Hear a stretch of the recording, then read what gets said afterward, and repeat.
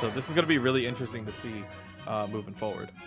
That's why I've got you here, Kanashi, among other reasons, but thank you for setting us straight right here. So, ladies and gentlemen, if not obvious, and we're getting this set up for you, of course, on the stream, but TTV is going to be that purple squad right now going up against Volanti there in the orange. And like we said, this is our final. So if you are just now joining us, I would say you're in for a treat. I don't have a crystal ball, but this has to be, it's already interesting to sub out Lucario, whom we see in just basically every single matchup, of a top level play, just about. But Volanti, they've decided to go with the Machamp. Yeah, and another thing, you see how aggressive both Indie Bear and Zugrug are pushing just to allow Goof to get these levels. But meanwhile, the experience share, they're trying to steal up as much of this farm as they can and absorb it. And that's the reason why you run like a Snorlax. You just kind of, you walk in front of them, you let them absorb all the damage, and then they back out. So it's just really interesting to see what they prioritize in terms of farm and who's going to get what. Both junglers now have rotated up. We are still, of course, going to wait for that Combi Vespiquen combo here. You notice Dravix just now going for those A-Palms. Sometimes that is a strategy just to kind of wait on those a little bit. We are going to see an attempt, I guess we should say, at the Bees, but Machop, I think, just barely being edged out on that and not able to really participate in much of that as TTV had it. They were on the ball, right? Yeah, they were pretty much there already, but I feel like this is one thing that, like, I feel like the Machamp is either going to win them the game or it's going to be sandbagging the rest of the team. It's one of those Pokemon where, like, if you get early levels, you just start, like, running at people with submission, Right. and you have that level of control. But without that level of farm, without having the levels, it becomes so difficult to just get anything rolling for your team that it's difficult to play into. Yeah, and that's an interesting point, and we do have a view of the levels, obviously, being spectators in spectator mode, we should say, but the interesting thing about Machop right here is that it is actually on the lower end of Volanti right now in the levels. Obviously, anything can change. We're not saying that that's a precursor to what's happening. Is going to get that evolution to Machoke right now, which we want to see. Easy Inferno right now, also just kind of everybody's doing that dance, maybe we should say, waiting for our objectives, waiting for our wild Pokemon to spawn, and we do now have that 30 seconds before Dreadnought and Rotom the first. Look at that. They were trying to test, Volanti was trying to test TTV for that top Audino. I think they just missed it, though. Yeah, and so, once again, Hyper Voice coming out from Easy Inferno, just trying to farm up as much of the bees as they can. But yeah, the objectives are about to spawn pretty soon. And you see them, they're just grabbing whatever farm they possibly can at the moment. Whether it's stealing it out from them or pushing forward, it's a lot easier to get things done here. So both of them spawn. You see how TTV is already up at top lane. They grab the Rotom, and that's already threatening the tier 2 or the second goal there. But meanwhile, for Volanti, they kind of have to they have to get into Dreadnought one way or another. And if they don't have the full team there, it's going to be even harder. They're just going to have to camp around their goal and pray that they don't get collapsed on here. Right. They do seem to kind of lag behind where TTV is always a step ahead, right? So you don't want to be behind when TTV's already, like we said, a step ahead. They're going to get that Dreadnought right there pretty effortlessly, to be honest. And it's as you said, it's like we needed to see more of Volanti to come in and support each other right there. Good coordination. Obviously, that's a decent block, but the character you're taking down right now is a Snorlax if you're Volanti right now, and that's why Zug does what he does. You know, he's edging everybody out. If he loses his life, it's okay. He did have a 30. I'm sure he wanted to drop that, but it was much better to just say, hey, everybody else, here you go, have at that goal, and they pretty much did. I mean, look at this score right now. The combination of that Rotom up top, which, by the way, to comment on that, it's as you mentioned, Orange was lagging behind with it, but they were still farming in that time. And so was the time better spent trying to get that farm and that experience for, as we said, the Machamp to evolve first off, but to have those levels, or would it have been better to get that Rotom? I do think possibly the Rotom, because you see what devastation has now happened. Yeah, the one thing that Volanti still has surprisingly going for them is they have this front goal still alive. The top goals may have been like abused quite a bit. I mean, you had Rotom, you had Goof, or you had Toon and Lutano already up there just breaking the first goal. So like they're grabbing what they can. As you see, the Machamp actually gets a kill there. Yeah. And yeah, this is exactly what you need. You need some pressure up at top. Grab what you can, and then try to take the Rotom as well. And if you happen to grab the Rotom, and even apply more pressure to that first goal, you might be able to grab whatever you can. Maybe even go back down to Dreadnought and get that. And this was so nice from both teams. What you saw right there was Volanti's Snorlax right there actually pulled a heavy slam to escape and ignore terrain to bounce over that on that bottom lane. And what TTV did was they adapted perfectly as they said, well, you know what? We actually have someone else we can pick off just above you. And so it didn't really, of course, save Orange's Eldegoss at that moment, but just wanted to, focus in on those plays. That's what a team that is worth their salt and a really great team at Pokemon Unite is going to do. It's like, okay, it's fine. We had another window open and we took it. And so they did. And so right now the second Dread is going to be on the map as we see anybody's, game relatively. But obviously TTV is playing this out pretty good here overall. Yeah, they're applying a lot of pressure, and the Fairy Frolic going to be popped out by TTV already. And they're dealing damage in the back, too. So Yeah. Toon going to be able to try to apply a little bit of pressure. Going to be able to grab one. Is to see if he grabs another one. But Lutano already dashing through a lot of them as he's juggling up Master Mavis here. But dropping pretty low. Might be able to get out. Zug is going to be able to drop on top of them. And there is the Unite move coming out from the Machamp, trying to deal some damage. Maybe push him into a wall, but yeah, Toon's just trying to get the Eldegoss. It's literally 1 HP, but it's dropping pretty low here. Dravix trying to sprint at him, going to be able to get that. And he's starting to try to score, but he's going to get brought down by the Hyper Voice. Meanwhile, Easy Inferno still looking for more. Looking at Goof. Goof is just trying to zone him out. Still, nobody's taking Dreadnought. Yes, this is a cacophony of different plays, if you want to call it that. And look at Zugrug doing exactly what he's supposed to do as that Snorlax, and Lutano going to back him up, of course, with that job. But you zone people out of that. And look, TTV now going to be swarming that Dreadnought, I'm sure, momentarily. I think Goof, was it? Or Sylveon, we keep getting our lines crossed between these two. But Sylveon, essentially on TTV, is now, I think, the one to be able to take that. And I'm pretty sure he can solo that at this stage, too, of course, with that cone attack right here of the Hyper Voice. Got it down to half, of course, now going to be supported by Indy. So it looks like, we're pretty solid on that's going to go to TTV. Orange already maybe realizing that. I'm not sure if they realized early enough or not, but certainly, whether they intended it to or not, I guess is what I'm saying. They are rotating top now. Yeah, they're saying, you know what, maybe we should go and grab Rotom too. They'll apply a little bit more pressure, but you see how much damage is going out, and Volanti having to pop Fairy Frolic in order to just escape there, chasing them down, using their Hyper Voice as well. Goof is trying to return the favor, but a lot of TTV is just relaxing and chilling in these choke points, just making sure that they have vision and trying to grab whatever they can. So yeah, the whole Volanti squad is getting ready for this battle. And I think they will need all hands on deck. I mean, we see how this is all transpiring, right? You're often not going to beat Team TTV without just a really arduous, amount of tasks and work at it. But we see, of course, the Unite moves are going down when they should, and that pedal dance, it's just, who is going to edge who out. And right now, Orange actually able to take out 2 members of TTV. This is what you need to do. You got to pick them off one by one because, I mean, they are devastating even as solo members. I mean, look at this. Lutano knockdown drag out fight between TV Brian right now, the Venusaur, who is actually going to survive with the Verdant Anger at the last moment. Unfortunately, not really making anything more of that. We see 40s and 50s, though, on both squads, so this could get interesting. It's just, look at how Volanti's being edged out. We only have less than 50 seconds, and they really would need that Zapdos maybe for a good push. A safe push, we should say. Yeah, they really needed to secure this down. They did get the kills that they wanted at bottom. Yeah. I'm really surprised that they didn't rotate to Zapdos immediately after that.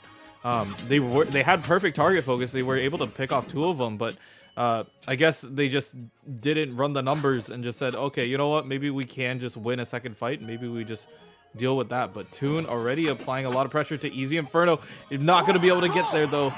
So a lot of these teams are just relaxing, trying to figure out where they want to go with this.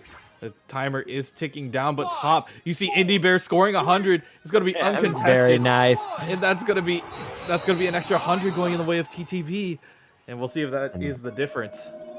that certainly makes that a GG of 414 to 177. So here we go. Yeah. This is the backs against the wall kind of deal right now. You have to figure out and adjust. Um, as what we heard is like, you know, Volanti gave them a run for their money in the last run. So we'll see if they do change up anything. I feel like this is pretty much a mirror match. The only difference is the Cinderace versus the Froakie here and the Greninja. So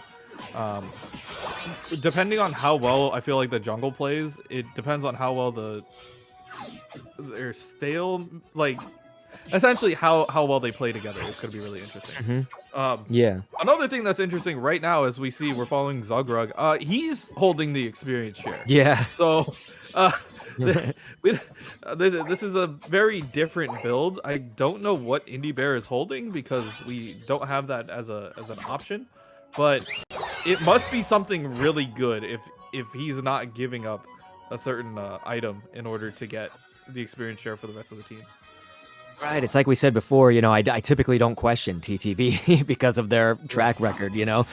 So definitely that is very fascinating, though, as he said. And we are opting, of course, for the Lucario right there instead of the Machamp. We didn't see game 2, so not actually positive if that was a change that was made last time as well.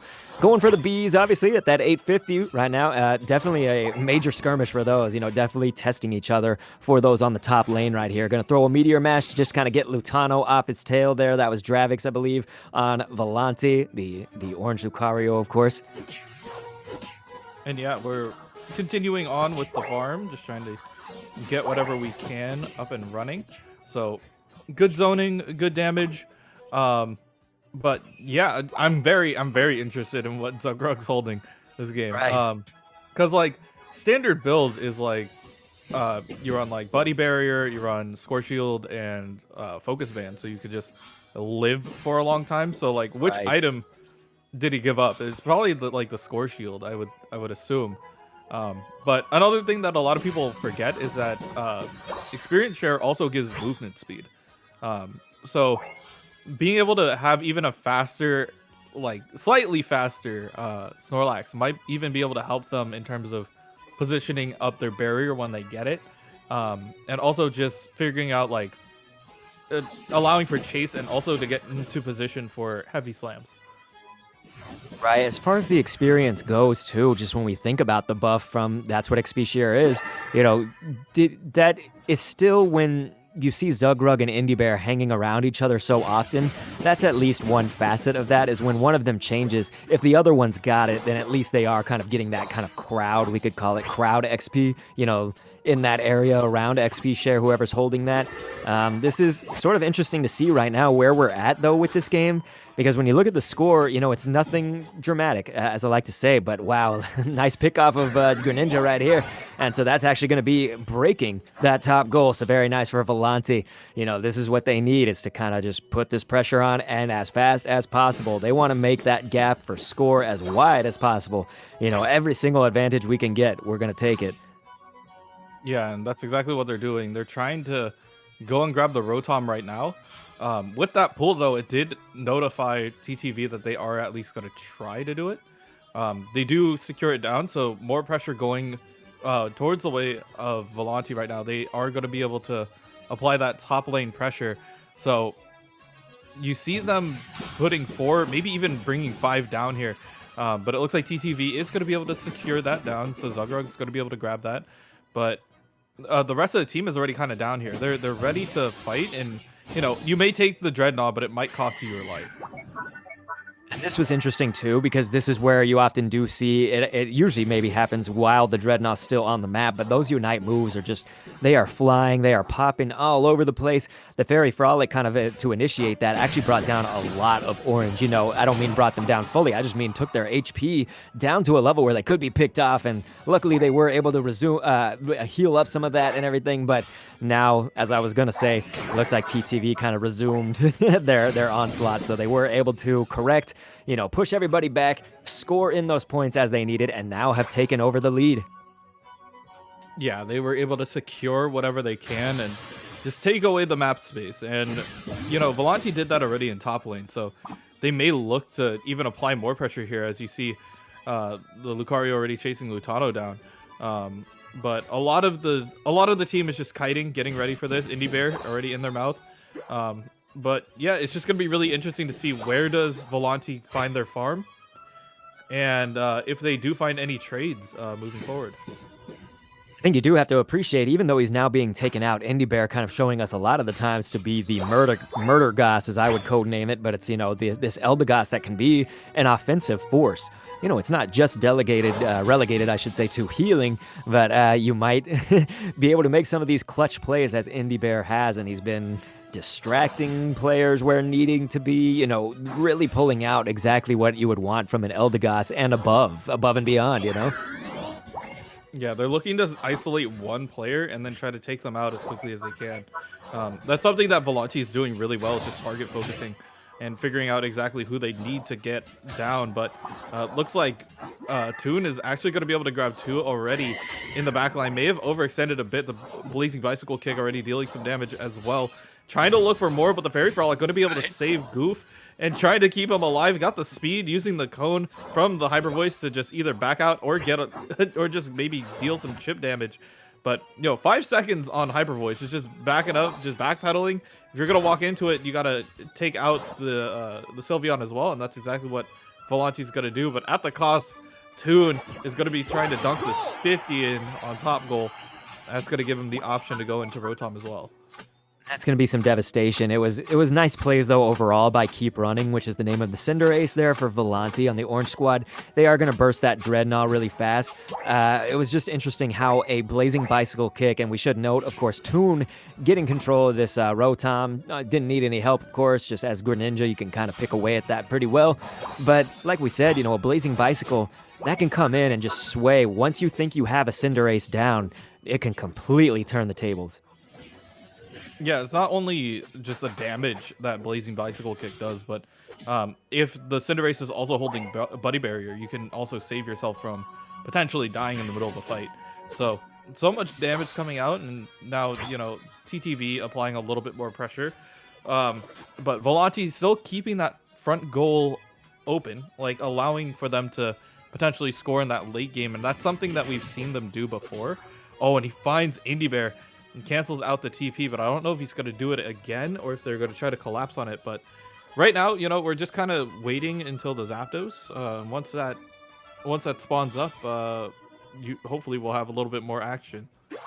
Lack of a better word, we could just call this the weird part of the match. It's always because you obviously want to just adapt to what's going on, but most of the time what we've seen in this tournament with this high level play, pretty much everybody's had their rights to farming, and they generally accumulate those points.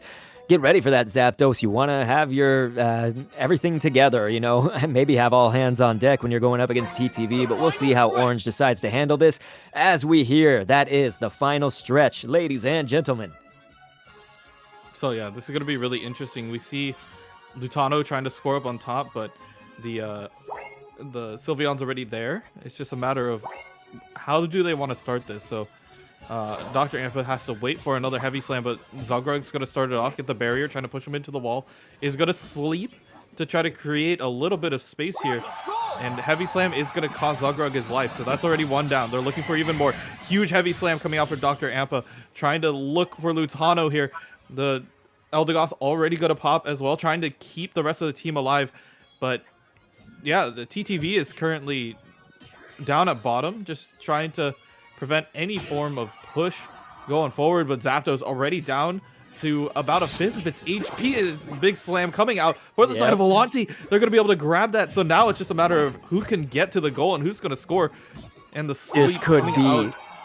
Ooh, yeah, that could be the moment, ladies and gentlemen, because you see this. What a goal right there, 100. There it is. That's 409. We are very close in score right now. Volanti just needs a small push, and they can get that right now. They're still a little bit ahead of TTV. This is what you'll see is that back capping, everything going on. This is just changing right before our eyes, and that's what we want to see. Right now, looks like elimination for Snorlax. Going to go down from Volanti, and it could go either way at this point. Ladies and gentlemen, the last 30 seconds of this crazy close Unite match. Yeah, they needed that Zapdos. They got the Zapdos. So now it's just a matter of how are they going to play defense. They got 20 seconds left, and they also have to deal with Toon here, having 50. But it's going to be really quick if they can. You see them already starting to try to groove up on top, and try to pull away as many people as they can. But they are going to get burst down here, In and that we final don't know what count, the look score at is. that. Yeah. Yeah, Zug going to actually get a few points in there. So that's just going to eke by. We literally do not know right here. That's 451 to 451. The tie is going to cause Volanti to actually get that victory. Absolutely incredible, ladies and gentlemen. This is what we came to see. That's the exact point that a Pokemon Unite match just has your jaw dropping. Wonderful, and congratulations to Volanti. So they obviously need to adapt where possible, but it is the lineup that might be winning them, the favors that they've gotten so far. So, like we said, if you're just now joining us, my friends, it is TTV against Volanti. 2-1. That's 2 wins under TTV's belt right now. Volanti with their backs against the wall, but rising up and pushing back. So, again, if you're just now joining us, that's where it stands in the grand finals. Yeah, so we are getting this match set up, and it's the same rollouts that they had from the last game. So both of these teams are somewhat confident with what they have, what they decided to roll out with, and yeah, it's just a matter of how aggressive are they going to get? How are they going to do? How are they going to do against the rest of this team? And it was literally a tied score. So it was a tied score, but Volanti had that first score in before them. So. I feel like if they might try to do the same things. It's just like maybe we try to score earlier. Maybe we try to, you know, maybe we take the Lutano method where we just start dunking points early. And maybe, Yeah. maybe that 1 or 2 point differential is going to be the difference between a win or a loss here. And so here's where we await, of course, the Combi Vespiquen combo to first start here on the match, and they just go down as soon as I'm talking about it, as you normally see with high-level play here in Masters and Unite. And so both, I think it was Easy Inferno, this Sylveon right now, luckily going to have the berries right here, but also some of the TTV members, kind of feeling the pain right now, and I think that was Goof as well, the Sylveon. So both of them kind of in that danger, we should say, but kind of able to capitalize and regroup right here. Right now, though, we're obviously seeing this drag-out fight right here, which is going to advantage Volanti, who will score on that top goal. Yeah, and this is something that they've done in the past couple games. They try to apply pressure to that top goal so that the Rotom opens up for them. And when they have that option, it just applies more pressure once it starts spawning. But usually at the cost of not being able to really have a good foothold when it comes to taking Dreadnought. But I think that's a trait that Volanti definitely likes to have. They're like, we'd rather have map control uh, than worry about just one level of extra experience, because we will get that experience through farming your jungle and farming what you would consider safe farm. That's right. And so we see the pressure where it needs to go. That is a good point about the top lane, just because now, ever since that Halloween shakeup and the debuff, we'll call it, to Dreadnought, the buff to Rotom, is that it does make it more in play. Creates this interesting meta for us as viewers to watch.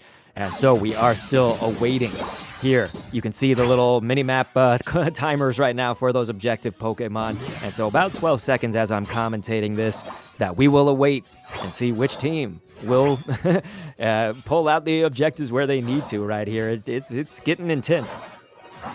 Yeah, and we're not even camping out here, but it is starting to get really tense up here. As you see, the 29 dunk is going to go up right here. Going to be able to break that first goal, and once again opening up opening up Rotom for that for Volanti this time. But TTV grabbing the Dreadnought. It's literally a replay of what we saw from the last game. Very nice for Team TTV. Of course, as you said, replay of last game. So right now, Volanti's going to have that Rotom, and they did actually already kind of bust a top goal. So that's where the pressure is, right? It's all on top. And right now, ahead in score, ahead in map control, just not levels yet. Not exactly, at least if you kind of make this team average, we could call it. Look at these Snorlaxes, heavy slam from both of them on the dueling Snorlaxes for that farm. Very interesting. Yeah, and you saw how quickly Indie Bear actually rotated up for TTV to deal with that and help him out there. So I was surprised, like, Volanti, like, may have not known that, Indy has rotated up there already. So maybe they weren't so, like, they weren't as aggressive Yeah, it trying to wasn't get as in there. pressing. Yeah. Yeah. So, but for now, they still have control of this bottom lane. They're just getting easy in front of the levels that they need. And hopefully we can see them continue on forward as we see, Lutano having to pop the ultimate in order to get the buddy barrier boost there. But it's not going to be enough, as Keep Running is going to tell them exactly what they should do. Uh, but Yeah. yeah, that's what they're trying to do. But for the most part, Volanti having full control of a lot of the map right now. They're applying pressure where they need to. They're getting easy Inferno's levels, and yeah, they're finding picks. For those who follow TTV, maybe they hear them on streams or something like that. If you're kind of listening to their comms, usually they sound pretty calm. They sound like even when things are getting rough, they sound pretty calm and collected. This is a moment where I would think to be a little bit more hectic. This is, I'd be shaking my boots a little bit. And we're seeing Volanti right now with that 121 over them.